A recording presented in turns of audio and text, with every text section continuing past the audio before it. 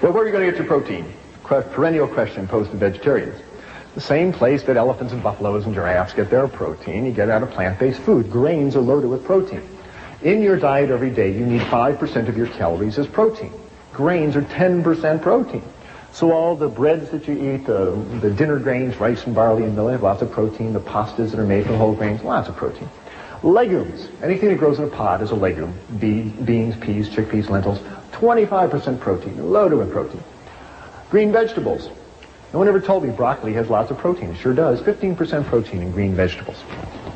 Nuts are a nice source of protein. People say, oh, I don't want to eat nuts. It makes you fat. Not if you're not running butter fat and cheese and egg yolks through your bloodstream. Have a handful of almonds. It's not going to hurt you, and you can use the calcium and the protein for good advantage.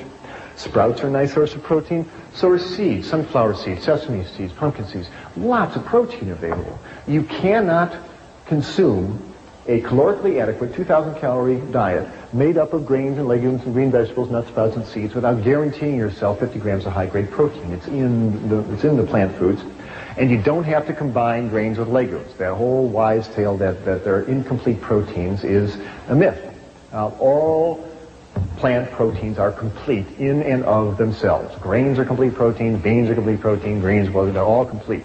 If you want to combine them, that's nice, but have no protein neurosis that if you don't put tofu spread on your whole wheat bread, that is a waste of time. They're all complete proteins all by themselves. And protein from plant foods do not yank the calcium out of your body the way protein from animal foods do. Where are you going to get your calcium? If you're not drinking milk, get your calcium from the same place cows get their calcium. I mean, think about it. Cows don't drink milk. Where do they get the calcium? They get it from green plants. All green plants have calcium in it, and all the broccoli and collards and kale that you eat. Nuts have calcium, seeds, grains. Calcium's in all plant foods. It's easy to get enough calcium, and again, the important thing is that if you're not eating all this concentrated protein in the chicken and the fish, you'll hold on to your calcium and you'll avoid osteoporosis. By the way, the ethnic group with the worst osteoporosis on the planet are the Eskimos. Eat all that fish, they wind up urinating out the calcium. They dug up an Eskimo skeleton of a lady who died 500 years ago in the ice. She had terrible osteoporosis. So what in the world do you eat? Good heavens, he's taken fish away from us and cheese away from us. What is there left to eat? Well, I really think we ought to be basing our diet on grains. Here is a cross-section of a kernel of wheat, but all grains, barley, oats, millet, rye, they're all basically built the same way. Here is the new young wheat plant, and this is the germ, and it's rich in protein and vitamins and minerals and oils. And it's a great source of protein and minerals for us.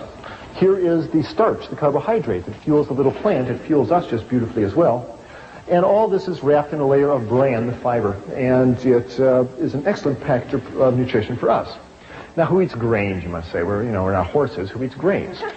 Well, we do. All the whole grain bread that you're eating has lots of nice protein and fiber in it. And you can have 4 slices of this a day. You will not get fat. It's just carbohydrates and water and fiber, and you'll either burn it or pass it out. I hope nobody is eating white Kleenex bread anymore. If you're going to be eating whole grain bread, get the benefits of all the bran and the protein and the fiber as well. Cereals, nice source of whole grain goodness, and there's lots of good whole grain cereals available in the supermarket these days. This material is called tofu yogurt. I'll tell you about tofu yogurt in a minute. You can cook grains up and add a nut butter like sesame seed butter and turn it into a nice grain loaf, and it takes the place of meatloaf, and you serve it with gravies and sauces. You can take this same grain mixture and mix it up into burger patties and make grain burgers, and it takes the place of hamburgers, and you serve it on a bun with lettuce and tomatoes and sprouts. One nice thing to do is one morning in your kitchen, make up about 50 of these, wrap them in wax paper, and put them in your freezer. Now you got a whole freezer full of burgers. You come time for lunch, whip out a couple, put them in the toaster oven, heat them up, and you got an instant lunch. You don't have to slave over a vegetarian banquet every time. Use your freezer. These foods last a long time. Pastas are a nice source of grain goodness. There's lots of whole grain pastas, corn pastas, oat pastas available these days. Grains can be added to soups. You have vegetable rice soup, bean and barley soup. Wonderful place to get grain goodness into your diet. And a big bowl of this kind of soup and a hunk of dark bread makes a wonderful, nutritious lunch with no cholesterol. Corn is a nice grain. Enjoy it often. Rice is a nice grain. It fuels half the people on the planet tonight. Legumes, wonderful source of protein. 3 tablespoons of this bean salad will give you as much protein as a chicken dinner, but it won't yank calcium out of your bones the way chicken flesh does. The bean family is huge. Lima beans, zucchini beans, navy beans, great northern beans, lots of beans. People say, well, I want to eat beans. They give me gas. The way around that, by the way, is to realize that most of the gas problem comes from a sugar on the surface of the bean called hemicellulose. And hemicellulose is soluble in water. So if you're going to be making bean soup or bean chili, the night before, take the beans, put them in a pot, cover it with water, and let them soak overnight. The next morning, spill off the soaking water, rinse the beans a couple times, and you'll get rid of most of that hemicellulose and stay a lot more socially acceptable to your friends. Lentils, nice source of protein. Soak them, season them, enjoy them. Probably the legume protein that's consumed most by vegetarians is soy protein in the form of tofu. Tofu is found at all supermarkets these days. You buy it with it's dated, like milk, and you buy the tofu with the date furthest in the future, so it's the freshest tofu. Take it home, open the package, spill off the soaking water, take the block of tofu, put it in a bowl, cover it with water, and you store it in your fridge under water. Every morning just change the tofu water, and it'll keep for a while, but it shouldn't keep that long in your fridge. You ought to use it.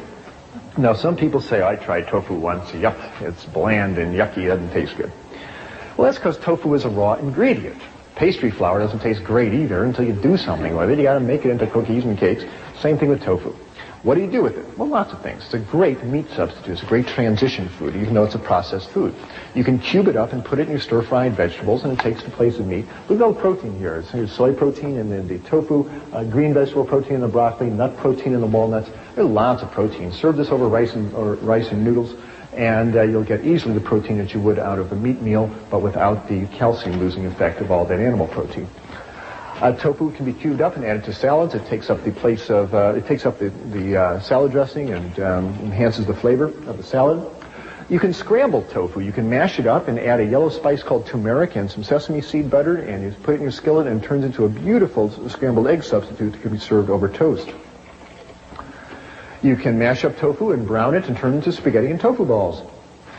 You can make tofu cream pie, tofu cheesecake. This is not a diet of deprivation, let me tell you, by a long shot.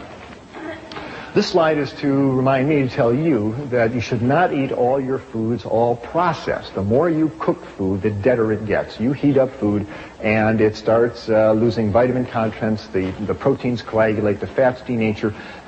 Cooking food devitalizes it. Eat as much of your diet as you can raw and fresh or lightly steamed vegetables.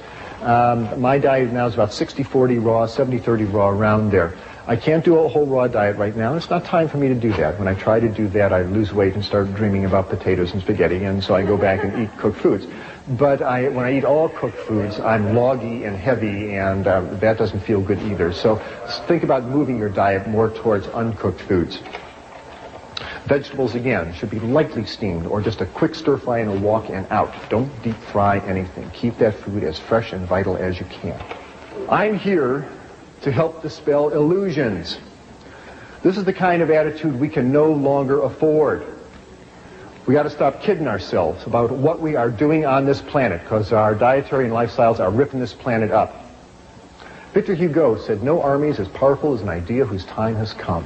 We've got to start living reverently on this planet. We've got to start being gentle with the life support systems upon which we all depend, including the waters and the rivers and the trees and the animals and the earth itself. And changing our diet, along with controlling our population and getting clean energy supplies, controlling our diet is absolutely key. You have that power every time you're in the supermarket or the restaurant.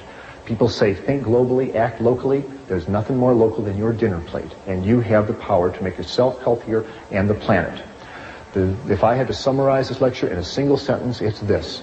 The single most effective thing anybody can do in order to make themselves personally healthier and make this ecosystem more stable and life-preserving is to reduce or eliminate the animal flesh in your diet. It is the single most effective thing that you can do. If we will do that, we will not only ensure a better future for us all, but we will redefine the relationship we have with every creature on this planet. If you want to know more about transitioning to a healthier diet, please stay tuned for information on available support materials.